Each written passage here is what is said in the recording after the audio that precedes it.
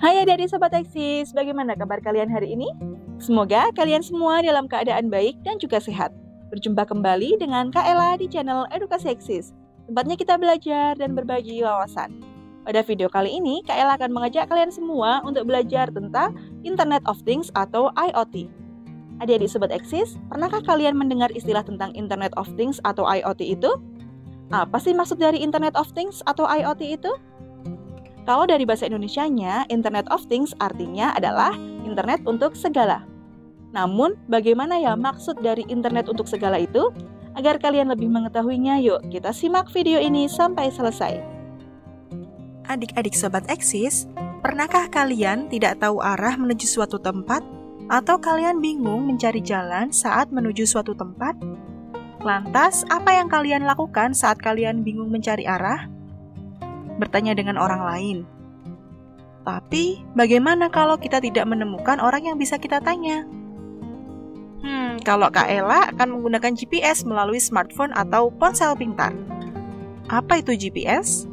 GPS adalah Global Positioning System yang merupakan sebuah alat atau sistem yang dapat digunakan untuk menginformasikan penggunanya berada di permukaan bumi yang berbasis satelit.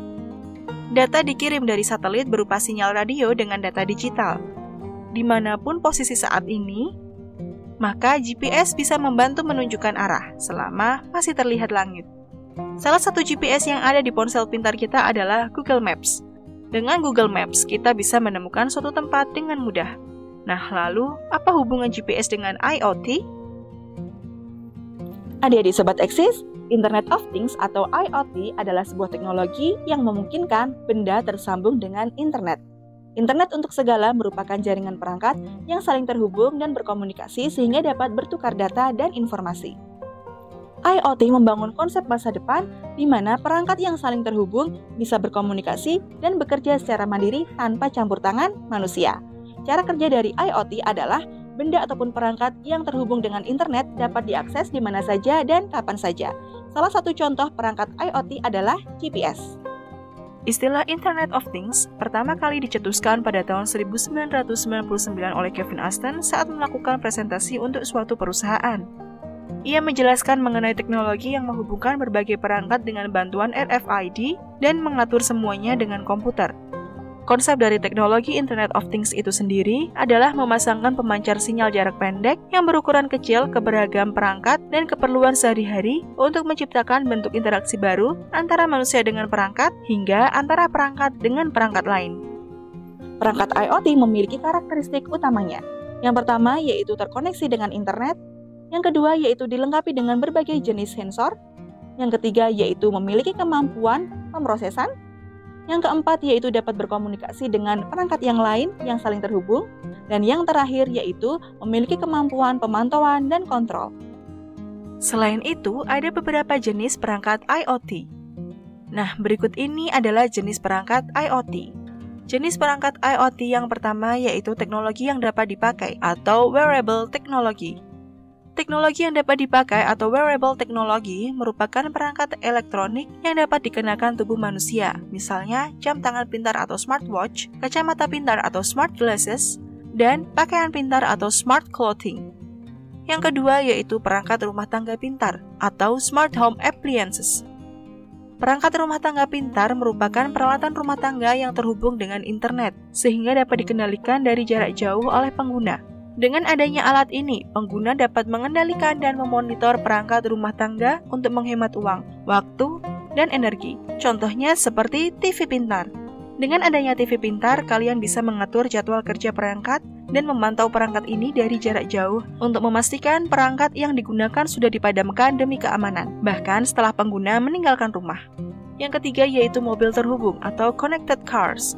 Mobil terhubung adalah mobil yang dilengkapi dengan teknologi internet sehingga perangkat dapat berkomunikasi dengan lingkungannya.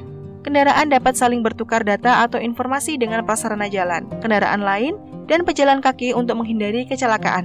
Dengan akses internet, pengguna dapat mencari lokasi tertentu, mencari rute tercepat menuju lokasi tujuan, dan mendengarkan musik sesuai keinginan. Yang keempat yaitu perangkat medis terhubung atau connected medical device. Perangkat medis terhubung merupakan peralatan medis pintar yang dapat memberi informasi secara langsung Misalnya, alat pacu jantung terhubung internet akan mengirim informasi kepada rumah sakit jika pengguna mengalami serangan jantung. Yang kelima yaitu sistem keamanan rumah pintar atau Smart Home Security System. Sistem keamanan rumah pintar merupakan sistem keamanan yang memungkinkan pengguna untuk memantau dan mengelola rumah pengguna secara langsung dari jarak jauh. Sistem tersebut dapat memberitahu pemilik jika ada hal yang tidak wajar. Misalnya, jika ada upaya untuk mengakses pintu atau jendela. Contoh teknologi ini adalah kamera keamanan terhubung memungkinkan pengguna untuk memantau rumah mereka dari jarak jauh. Sensor keamanan dapat memberikan notifikasi segera jika ada aktivitas mencurigakan. Bel pintu pintar dapat memberitahu pengguna ketika ada seseorang di depan pintu.